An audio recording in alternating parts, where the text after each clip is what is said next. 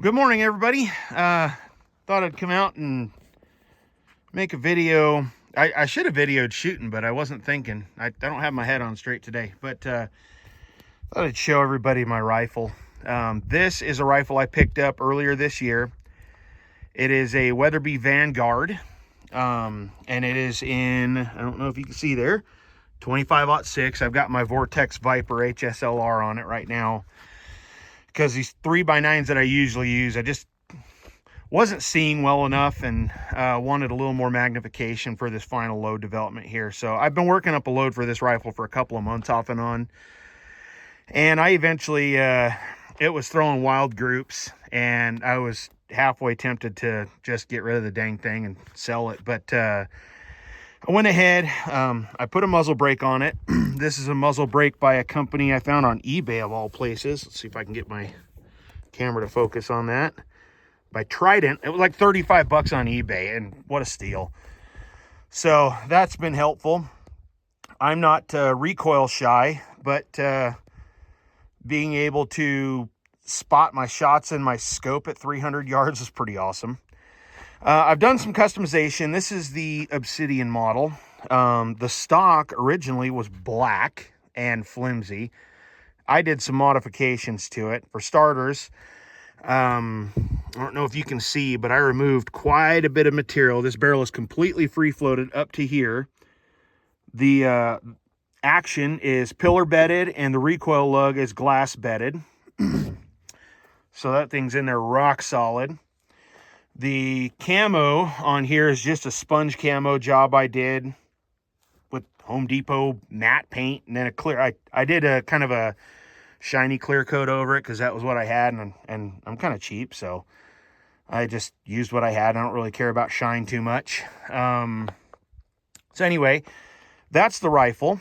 I've been working on load development, like I said, for a couple of months off and on, and I finally got her settled in. Pardon the flyers, those are from adjusting the scope. I was shooting 300 yards, so let's see if we can, right about there where the hill comes off, I was shooting at the bottom of that, and that's 300 yards on the nose to here. And I got 2 3-shot groups here, and I'm totally thrilled with that. I've got to get this thing in like a lead sled or something, because I'm just too shaky to be that precise. But 300 yards, I've got 2 groups. Both of them are sub MOA. I'm very pleased. These are actually probably closer to half MOA. I am shooting a Speer 100 grain Hot-Cor. They're Spitzer. It's going 3391 out of the barrel, so just shy of 3,400 feet a second. I've got a, I think it's a 13-foot velocity spread. No, it's a 7-foot velocity spread and a standard deviation of like 4. So it's a super, super accurate load, and it's actually more accurate than I can shoot. I bet if I got this thing on a lead sled and got somebody who is just absolutely dead still, I bet it would put 3 shots touching each other in dead center. Anyway, so the load development's done. I'm going to be using this rifle for my 2026 hunts. Hopefully I'll draw my cow elk tag here in Utah, a deer tag here in Utah, and if I get lucky, a deer or an elk tag in Idaho. And I'm also planning to put in for antelope in Wyoming.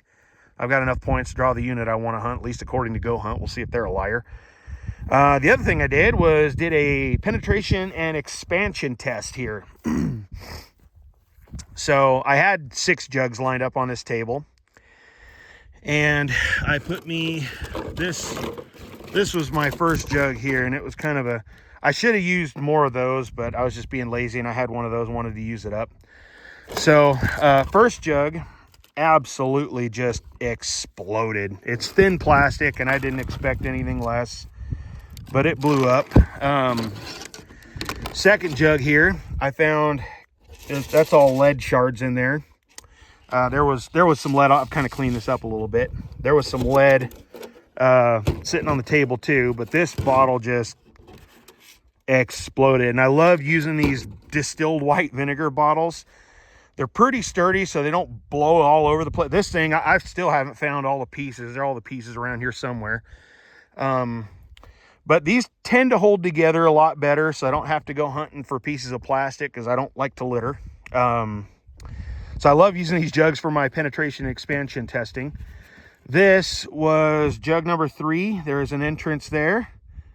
And actually, no, I got it backwards. That was the entrance. This was the exit.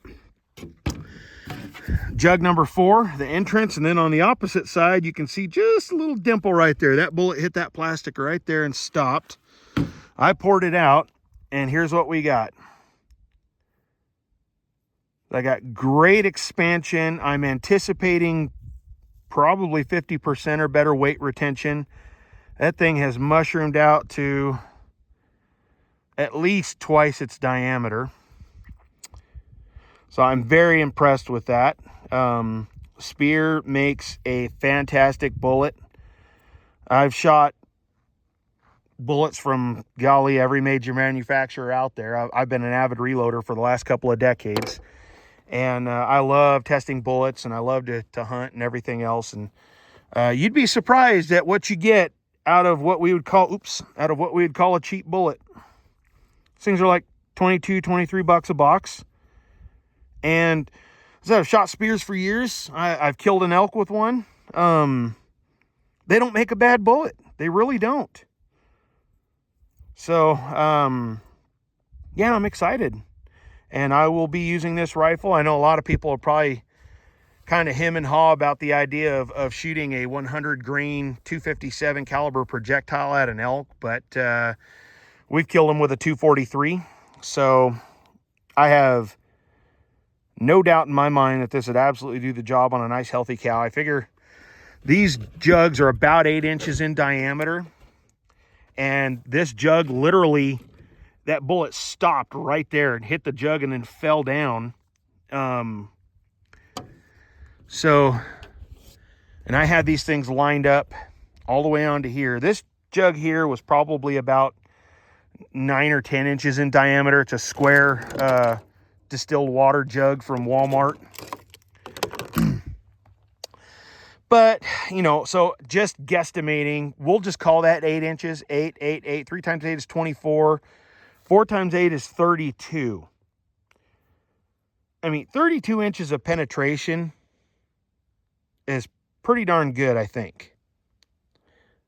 And I'll have to consult my ballistics chart, but this thing is still carrying well over 1,000 foot-pounds of energy there. And, you know, as long as you don't hit a major bone on an elk, I wouldn't hesitate to shoot this through the rib cage in a heartbeat. Yeah, I'm pretty excited about this. Looking forward to hunting with it. Anyway, hope you guys are all having a good one. I'd like to wish all of you guys a happy new year, and hope you guys all have a better year next year than you did this year, and I hope they keep getting better for you.